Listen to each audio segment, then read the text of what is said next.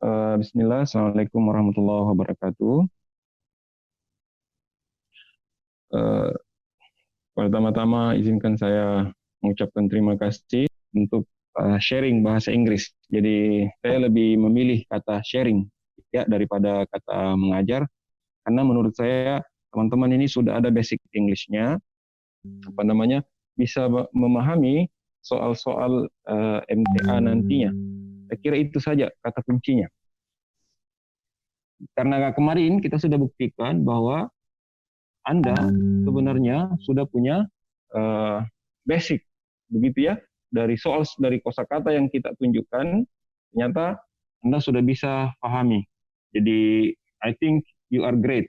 So you don't start from the beginning. You are not start from zero. Anda tidak mulai dari nol.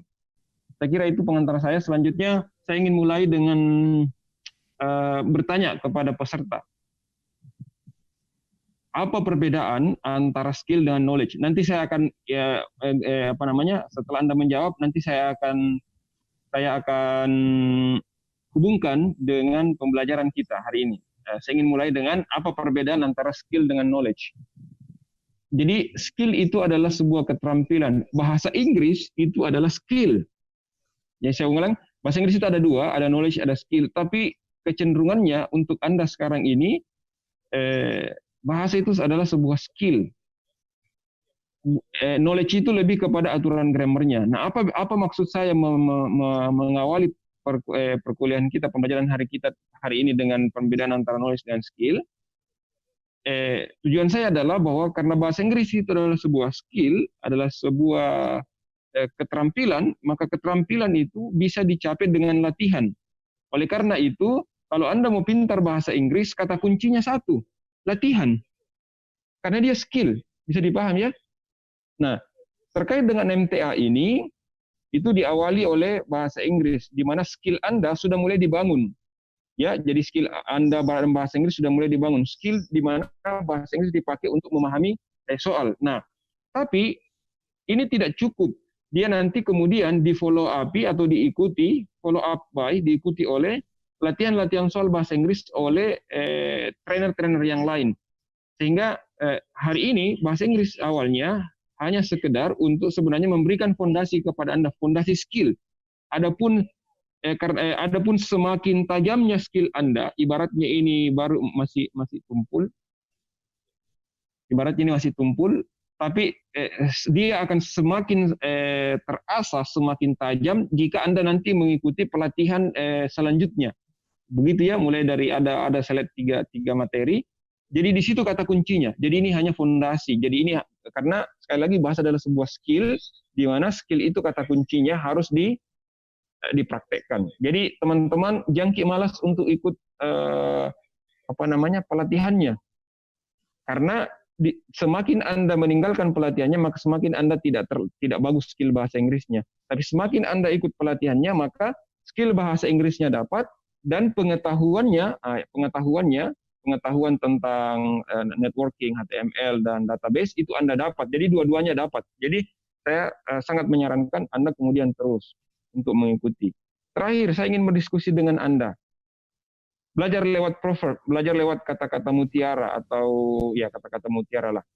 Siapa yang bisa mengartikan ini? No pain, no gain. Jadi kata kuncinya adalah tidak ada no pain, tidak ada rasa sakit, maka tidak ada pencapaian. Maka memang Anda harus bersakit-sakit dahulu. Ya, Anda bagaimana bersakit-sakitnya? Mengikuti kursus, kemudian Anda tidak pergi dulu nongkrong sama teman-teman Anda. Nah, sekarang kita mau mulai masuk pembelajaran. Inilah kira-kira ekspresi Anda saat melihat soal panjang. Tapi kata kuncinya adalah di bawahnya, don't panic. Don't panic. Stay cool. Tetap tenang. Nah, inilah yang kemudian kita akan lakukan hari ini. Insya Allah, ternyata tadi malam saya melihat beberapa soal, ternyata soal yang panjang itu tidak sulit. Malah lebih sulit yang sederhana. Sebentar saya coba tunjukkan pada Anda. Kenapa saya mengatakan bahwa soal yang panjang itu ternyata tidak serumit apa yang kita bayangkan, ya, sebentar. Ya, saya kira itu sedikit pengantar saya ulang.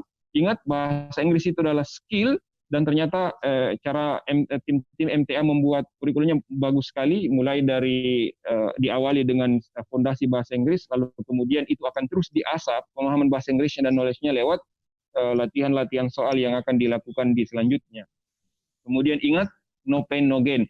Anda tidak mau bersusah-susah, tidak ada Anda dapat. Jangan berharap kesuksesan kalau Anda tidak mau belajar begitu. Kemudian kalau Anda melihat soal panjang, kaget gitu ya, don't panic. Insya Allah Anda berada di tangan yang benar. Anda berada di tangan yang benar. Ada yang mau ditanyakan sebelum kita lanjut di materi? Menarik sekali pertanyaannya. Melihat soal mulai dari mana? Apakah mulai dari yang panjang ke yang pendek atau yang gampang dulu baru yang susah? Kalau begitu, kalau di soalnya nanti ada dua yang harus saya tahu. Yang pertama adalah berapa waktu total yang diberikan dan berapa jam soalnya. Yang pertama kita harus sadar bahwa ternyata jumlah soal itu hanya 30 sampai 40 soal dalam waktu 40 menit. Berarti kita harus sanggup menjawab soal dalam waktu 1 menit 1 soal. 1 menit 1 soal. Berarti ini lebih bagus kita bilang seperti itu. Tapi kabar gembiranya, saya melihat beberapa soal yang saya ambil sebagai referensi saya, soal latihan itu, banyak juga yang pendek. Utamanya soal yang panjang itu yang yang saya lihat yang banyak yang panjang itu soal database. Ada juga yang pendek, ada yang sedang, ada yang panjang, itu database. Tapi networking sama HTML saya lihat tidak sepanjang apa yang ada di database. Jadi ini yang hasil pengamatan saya. Nah, kalau kita melihat soal, jadi yang mana yang kita dulukan? Apakah yang panjang dulu atau yang pendek dulu? Kalau saya lebih cenderung sebenarnya karena itu kalau bolak-balik itu butuh waktu. Ini saya gampang ini. Jadi itu pun untuk mengidentifikasi yang mana yang panjang, yang mana yang pendek, itu butuh waktu. Jadi saya lebih menyarankan kita mengerjakan sesuai dengan urutannya. Tapi urutannya itu kalau kita jawab kerja, kalau kita tahu kita kerja, kalau kita tidak tahu tinggalkan. Kalau kita baca lagi soal selanjutnya, tahu kita kerja. Kalau tidak tinggalkan dulu. Saya kira itu jawaban saya untuk yang pertama. Saya lebih cenderung menjawab soal seperti itu. Karena ini lewat internet, bukan dibuka-buka. Kalau manual cari yang gampang bisa cepat, tapi ini manual lewat internet agak lebih sulit. Jadi saya lebih menyarankan seperti itu karena pengalaman kemarin di kerja soal internet. Kemudian kalau melihat soal, pertanyaannya lihat kata kerjanya dulu kah atau lihat pertanyaannya dulu kah? Kalau saran saya kalau Anda melihat soal bahasa Inggris, yang pertama adalah don't panic. Jangan panik. Sepanjang apapun itu soal, maka soal itu sebenarnya pasti ada jawabannya di bawah, karena itu pilihan ganda. Jadi soal itu dibuat bukan untuk Anda tidak bisa jawab, bukan. Untuk Anda tetap bisa jawab, tetapi itu yang pertama, untuk tetap Anda bisa jawab. Jadi yang pertama, don't panic. Yang kedua, kalau Anda melihat soal, saran saya adalah, bagus sekali sebenarnya pertanyaannya Mem Yuli. Lihat dulu instruksinya di bagian akhir biasanya, ini soal misalnya tanda tanya atau bukan. Tanda tanya atau bukan. Kalau tanda tanya berarti kita dari situ kita tahu ini akan beda kalau dia misalnya akan beda kalau dia statement. Jadi itu juga bisa. Tapi saran saya sebenarnya intinya adalah yang mana yang kita nyaman, yang mana yang kita nyaman. Nah, kalau saya ditanya, kalau Anda selama ini kerja soal bahasa Inggris, bagaimana caranya? Cara saya adalah hanya langsung saja memahami soal. Saya tidak terlalu bingung dengan melihat kata kerja dulu apa segala macam. Kemarin itu kita latihan, kemudian menerjemahkan itu, kita membagi terjemahan dari sebelum kata kerja dan setelah kata kerja. Itu hanya sekedar untuk membuat kita sadar bahwa ternyata panjang ini kalimat, tapi ternyata kalau dipotong-potong pendek, lalu kemudian kalau kita sudah mahir, barulah kemudian kita mulai tetap menerjemahkan dari awal, yaitu mulai dari subjeknya, kemudian kita pindah terjemahkan verbnya, lalu kemudian kita pindah terjemahkan objeknya. Dan itu lebih menurut saya lebih gampang. untuk memahami teks soal. Meskipun panjang, meskipun soal itu panjang, itu kan terbagi-bagi juga dalam kalimat. Sehingga cara kita kemarin, kalau kita sudah bisa aplikasi, kita terjemahkan dulu sampai verb, baru kita terjemahkan lagi sampai kita terjemahkan dulu yang sampai sebelum verb, baru kita terjemahkan verbnya, lalu kita terjemahkan lagi setelah verbnya. Maka itu akan lebih gampang untuk kita pahami soal-soal yang ada. Ya, sekarang kita seperti biasanya kita langsung ke latihan. Jadi di belakangnya ada soal panjang, tapi saya tidak mau dulu ke situ. Ini di belakang sudah siapkan 2 nomor soal panjang, tapi sebentar saya buktikan bahwa ternyata ini tidak begitu sulit ya. Kita mulai dulu yang pendek-pendek dulu. Kita mulai, kalau cara kita kemarin, kita menerjemahkan yang awal, maka sebelum kata kerja, maka kita terjemahkan dulu yang ini. Oke ya? Kita terjemahkan di situ dulu, kemudian ingat, ini pasif. Ini pasif berarti kata kerjanya sampai di sini, is described, digambarkan. Ya, digambarkan. Kalau dia kata kerja pasif, maka kata kerjanya adalah yang to be-nya, is-nya, sama kata kerjanya di sini. Jadi kita terjemahkannya di sini. Jadi setelah ini baru kita lanjut ke yang ini. Saya kira begitu cara menerjemahkannya ya. Mari kita coba terjemahkan ini.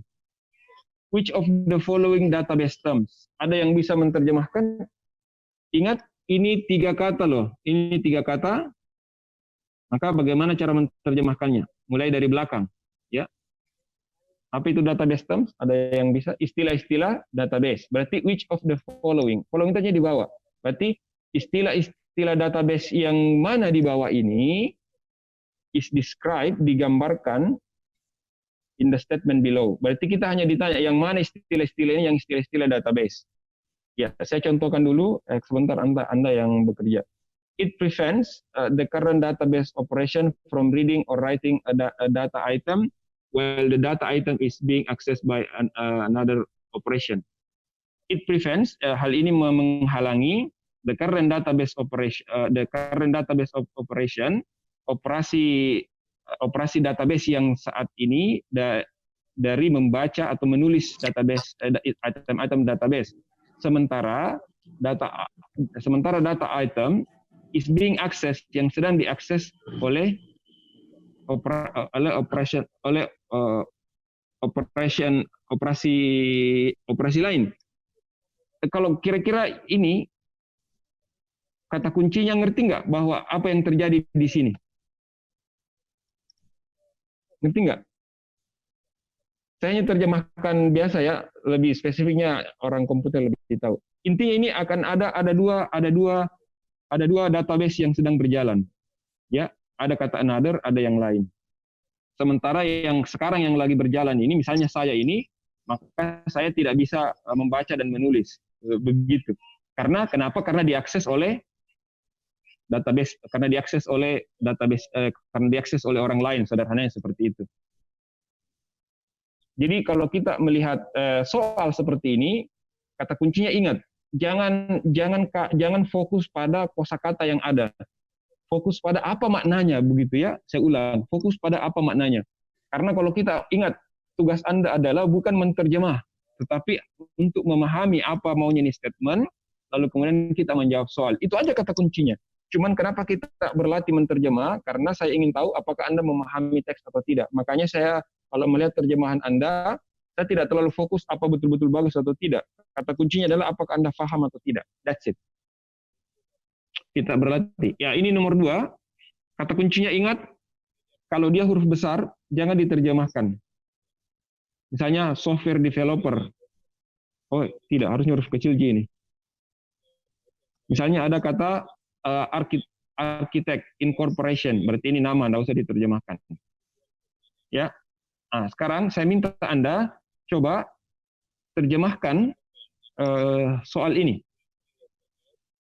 Terjemahkan soal ini. Saya butuh 2 orang. Sekali lagi saya suka kalau ada pembanding, karena dari 2 itu kita bisa belajar bersama.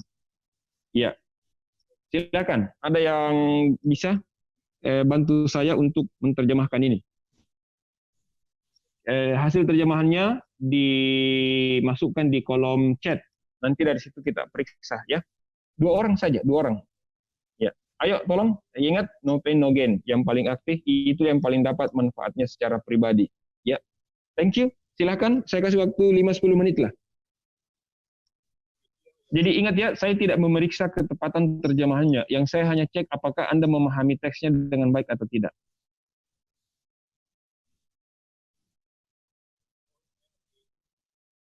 Ya, untuk membantu Anda, saya sekedar menerjemahkan ini. Apa artinya well-designed database? Ada yang bisa artikan? Ingat dari belakang, database yang didesain dengan baik. Jadi ingat kalau kita mendapatkan 3 kumpulan kata di pertemuan pertama, kita udah share. Kalau kita mendapatkan 3 kumpulan kata seperti ini, maka kita terjemahkan dari belakang. Tapi kalau terjemahan dari belakang kadang kurang ada, kalau kita terjemahkan kurang sedikit menarik, kurang sreg, maka Anda boleh rubah-rubah. Tapi yang ini, kalau kita terjemahkan dari belakang, ini sudah bagus. Database yang didesain dengan baik. Berarti a well-designed database artinya adalah sebuah database yang didesain dengan baik. Nah, kira-kira begitu cara menerjemahkannya. Kak, boleh Kak langsung kayak langsung saja kita panggil 1 orang, izin saran Kak. Misalnya kita izin 1 orang begitu, baru kita langsung saja combine langsung juga kita benarkan kalau misalnya ada kekeliruan dalam mengartikan supaya tidak makan waktu kita 10 menit supaya lanjut ke soal yang lain. Kalau begitu sebenarnya efektifnya bagus, cuman secara psikologi itu akan membuat yang disebut namanya tertekan. Dan kalau orang tertekan itu akan membuat dia tidak nyaman. Dan ketika dia tidak nyaman, maka dia tidak akan senang belajar. Ketika dia tidak senang belajar, maka dia tidak belajar apa-apa. Tidak salah, Ji. Cuman itu bagusnya begitu. Cuman saya khawatir karena psikologi kita harus pertimbang. Menarik ini ada 2 terjemahan yang berbeda. Ya, terjemahan pertama adalah coba lihat kerjamu. Kamu bekerja. Yang saya suka yang pertama ini, santai. Jadi ingat, saya tidak peduli dengan cara Anda menerjemahkan, yang saya peduli adalah apa Anda memahami kira-kira isinya atau tidak. Coba kita cek ya. Kerjamu sebagai pengembang software di Architect Incorporation. Rencanamu menciptakan, apa dia bilang situ? You plan, oke. Rencanamu menciptakan sebuah desain database yang baik untuk perusahaan. Kamu menerapkan aturan normalisasi untuk merancang database. Pilih aturan normalisasi yang sesuai dari pilihan dan panel jendela reorder. Oke. Kamu bekerja sebagai software developer, boleh ya? Jadi software developer ini tidak usah diterjemahkan, betul. Anda seperti sudah paham, tidak mesti. Pada perusahaan arsitek, kamu berencana untuk membuat desain database yang bagus untuk perusahaan kamu mengimplementasi aturan. Bagus nih, sudah paham semua. Kalau yang 2 ini ya, sekarang saya ingin bertanya, kira-kira dari terjemahannya temannya ini atau yang menerjemahkan, adakah tantangan atau ada yang mau ditanyakan? Saya, Sir.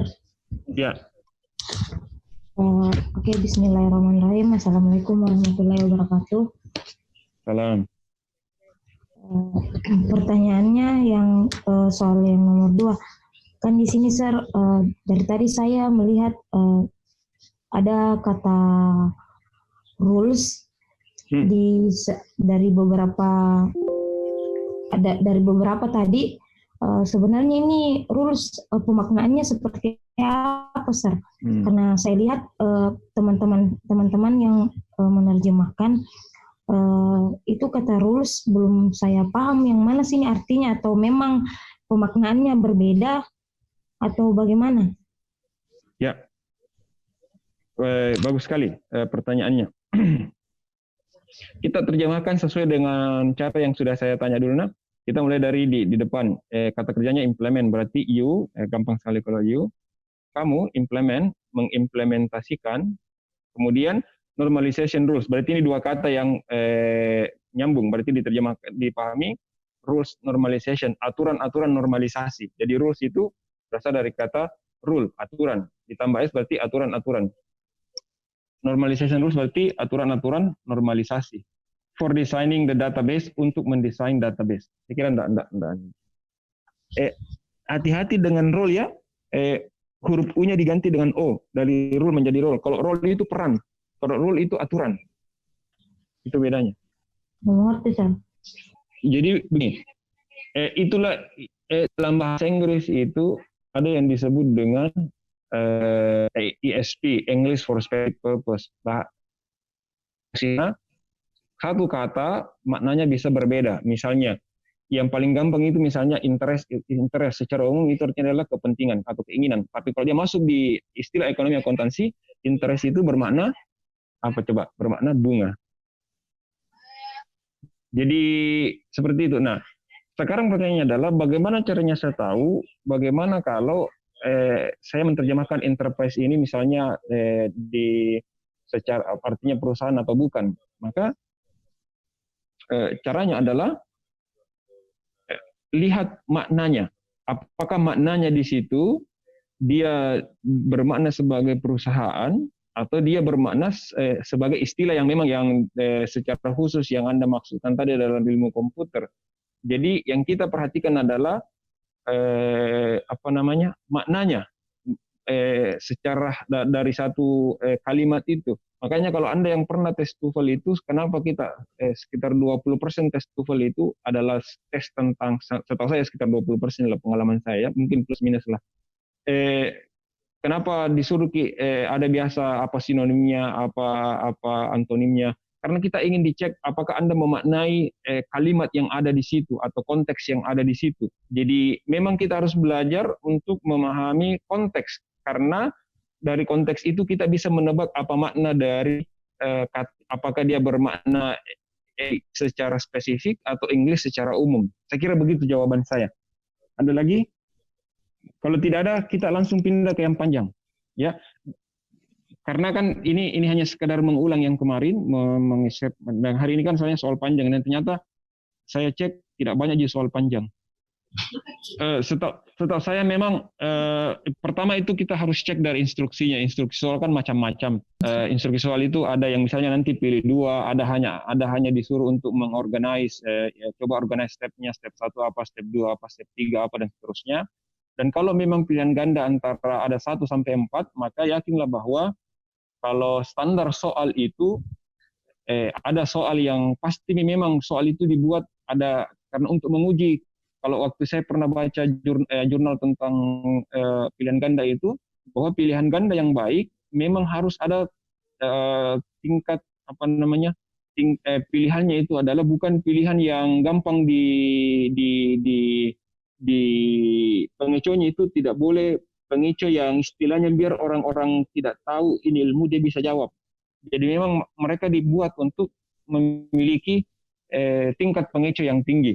Sehingga kalau memang orang tidak memahami atau setengah-setengah, mungkin akan kesulitan untuk menjawab. Fokus kita hari ini adalah yang ini. Dan saya ingat sekali lagi, di awal saya mengatakan saya tidak aktif, karena kalau saya menjelaskan tidak ada guna, kata orang. Yang penting adalah Anda yang aktif. Nah, perhatikan di sini ini adalah dua terjemahan terakhir yang akan kita selesaikan sebelum kita selesai hari ini. Perhatikan di sini kelihatannya panjang, tapi kalau Anda baca dengan baik itu gampang Ji, tidak susah Ji. Ya, jadi makanya saya bilang tadi don't panic. Ini hanya contoh, saya coba mengambil contoh yang soal yang panjang. Jadi jangan panik. Nah, sekarang saya ingin menantang Anda sekitar 10 menit sampai 15 menit terjemahkan ini nomor 5.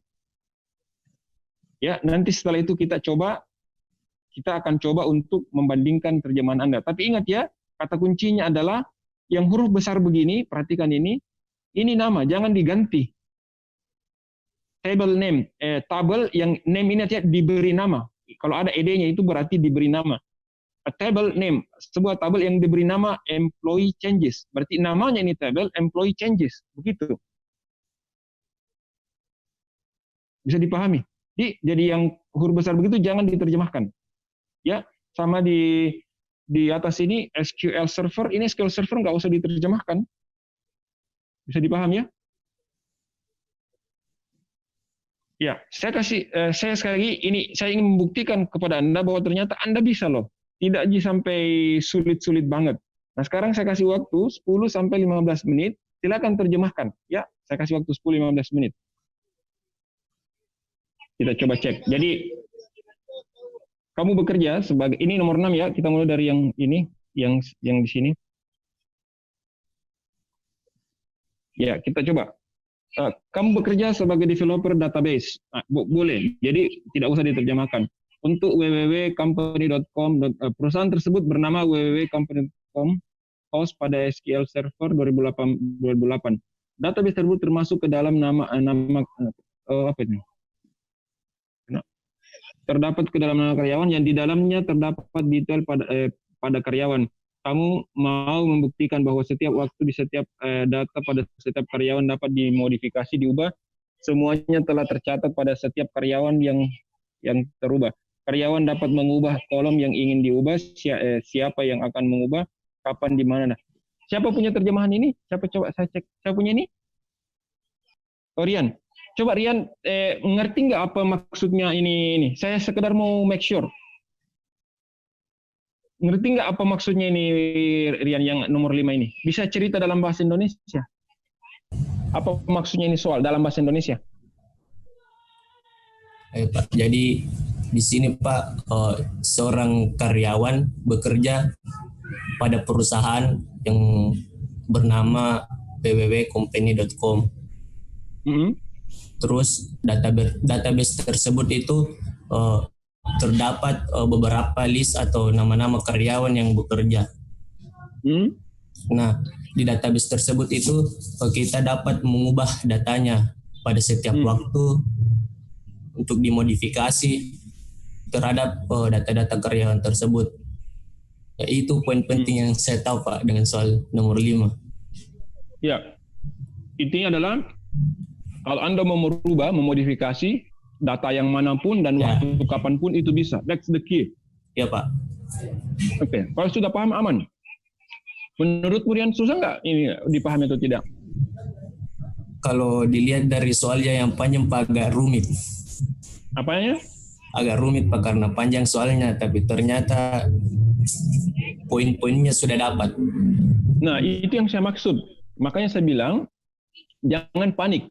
Kalau saya lihat terjemahanmu, maka nampaknya kemungkinan kita bagaimana ini agak saya ragu. Tapi setelah saya dengarkan penjelasanmu, saya sudah yakin kamu paham. Selesai. Itu intinya. Jadi kalau intinya teman-teman, adik-adik sekalian, kalau kita melihat soal panjang, jangan panik. Karena kepanikan itu membawa mental block. Kira-kira itu inti yang saya mau sampaikan di soal panjang.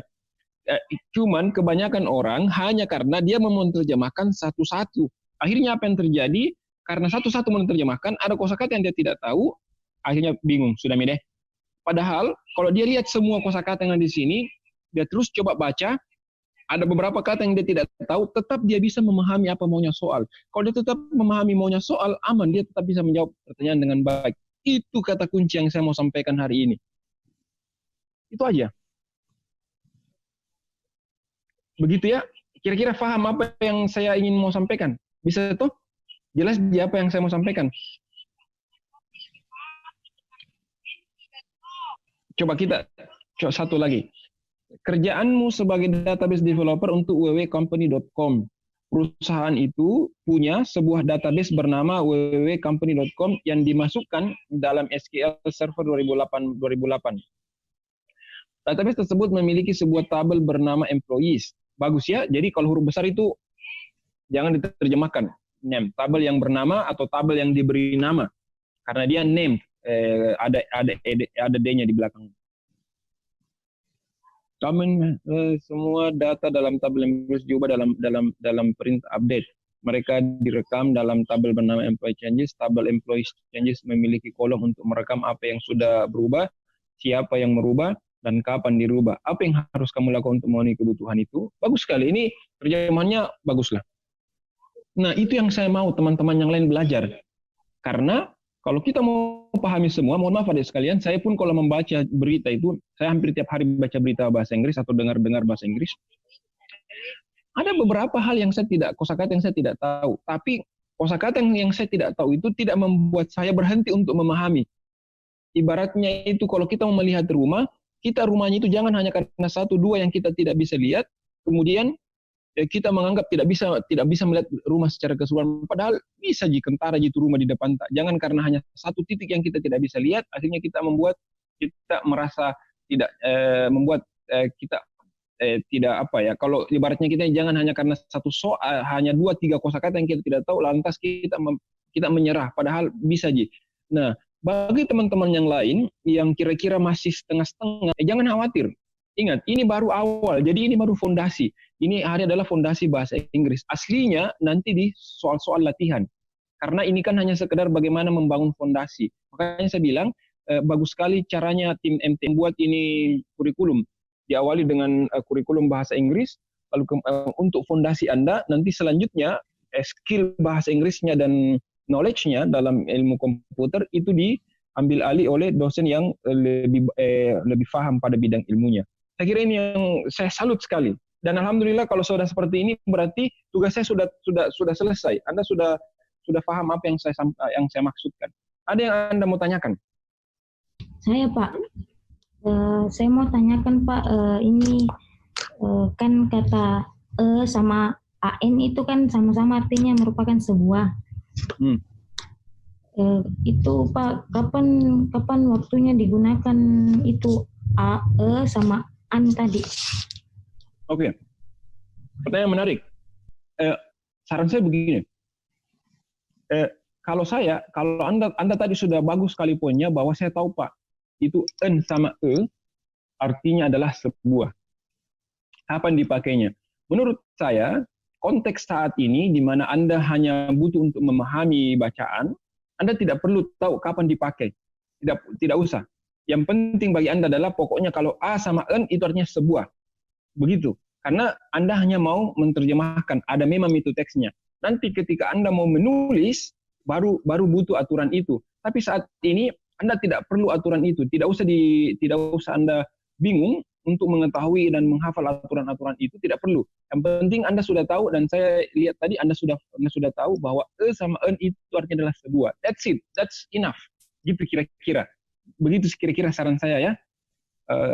Bagus pertanyaannya, dan itu membuat kita semua, oh ternyata kalau saya mau menerjemahkan, kalau saya sudah tahu ini maksudnya, tidak perlu misalnya belajar lagi banyak aturannya. Karena sekali lagi kuncinya adalah yang penting Anda memahami soal. Selesai. Gitu. Jadi saya tidak mau membuat otak Anda complicated. Selama ini kenapa betul bahasa Inggris sulit? Karena dikongsi complicated, banyak sekali istilahnya, banyak sekali rumusnya, banyak sekali. Oh pokoknya akan itu guru pintar sekali. Kita ini kodong yang baru belajar, tidak ada apa-apa. Nah, saya mau merubah itu, bahwa belajar itu sesuai dengan kebutuhan. Begitu ya, Anda haus, ya minum. Anda lapar, ya makan, begitu. Kira-kira seperti itu jawaban saya. Bagus sekali pertanyaannya. Terima kasih.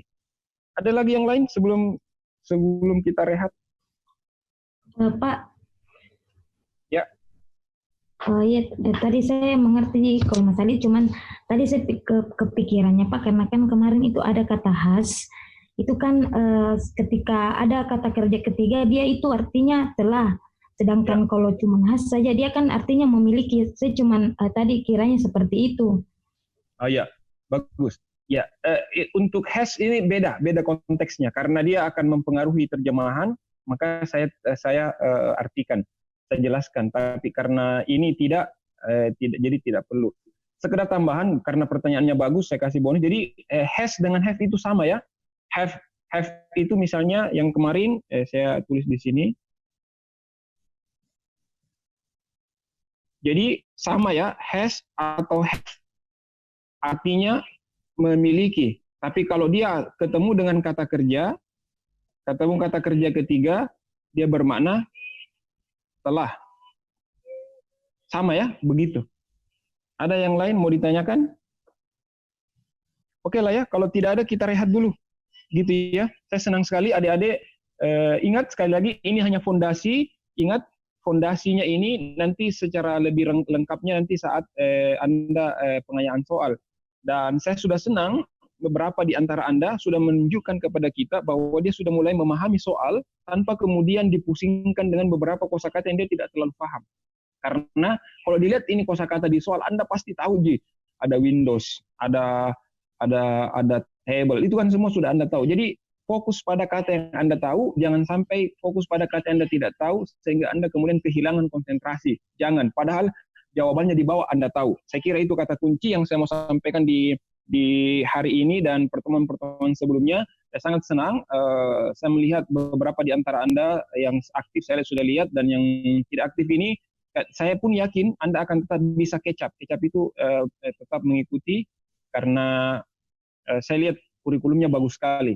Saya kira itu. Oke, 15 menit kita mulai, jadi kita kembali ke 10.45 untuk latihan soal dan curhat-curhatan lagi. Oke, terima kasih. Sampai jumpa di jam 10.45. Tolong nggak usah di live ya. Cuman videonya aja dinonaktifkan. Assalamualaikum warahmatullahi wabarakatuh.